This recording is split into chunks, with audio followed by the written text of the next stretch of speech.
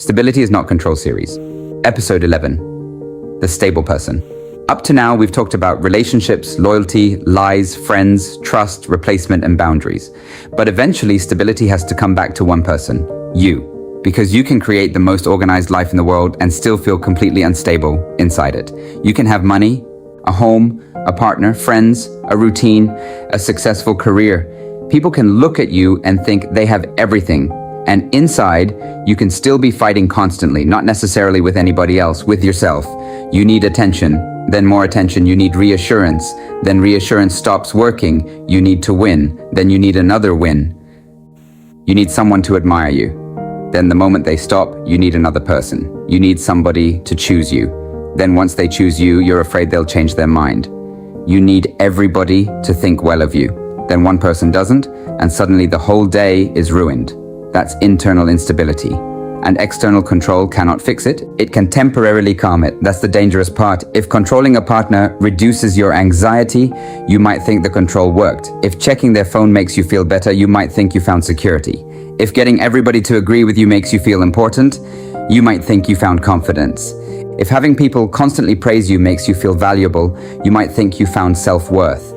But if the feeling disappears the moment the outside condition changes, it never really belonged to you. You were renting it, and rent has to be paid constantly. More validation, more control, more reassurance, more proof, more attention. That's exhausting. This is why somebody can have everything and still constantly create drama. Sometimes quiet itself becomes uncomfortable. If you're used to intensity, peace can feel empty. Nothing is happening. Nobody is chasing you. Nobody is fighting with you. Nobody is proving anything. Nobody needs to be defeated. And suddenly you don't know what to do with yourself. So you create movement, an argument, a new person, a new obsession, a new problem, a new competition, something to feel. This doesn't mean every person who likes excitement is unstable. Some people simply enjoy intensity. That's fine.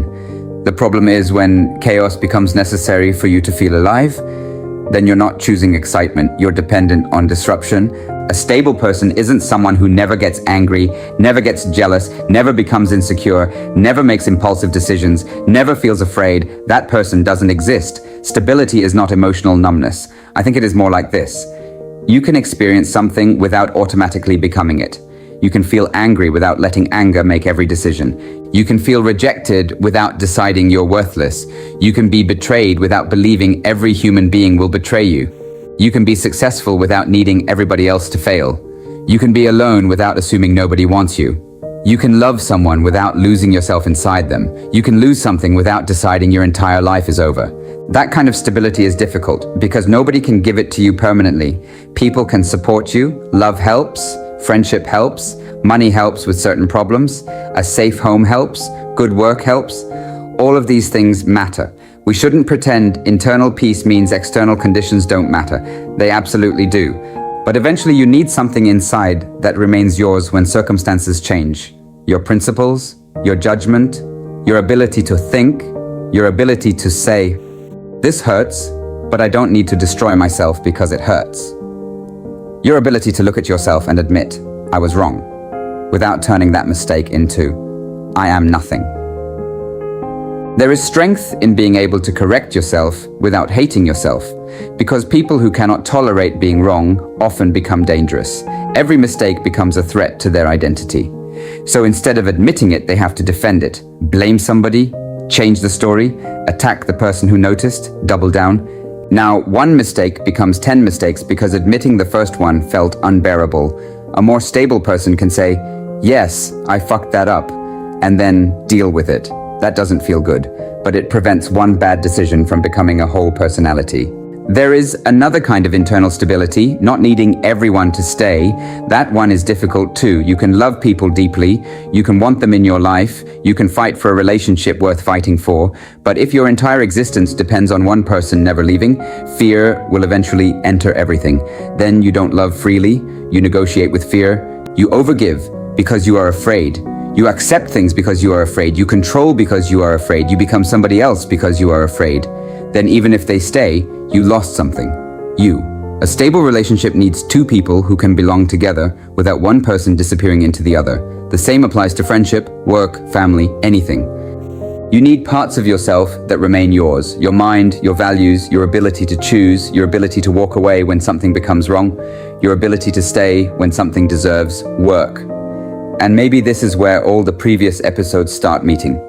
If you're internally unstable, control becomes attractive. Lying becomes attractive.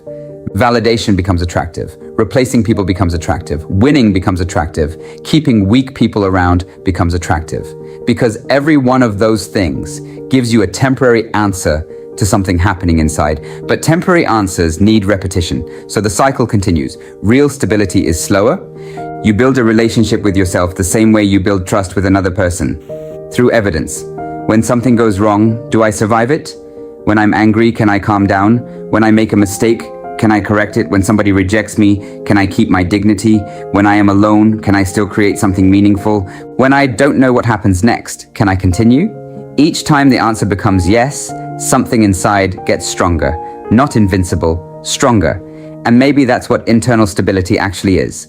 Not reaching a point where nothing can shake you. Life will shake you. Some things should shake you. It means you slowly become someone who knows, I can be shaken without being destroyed.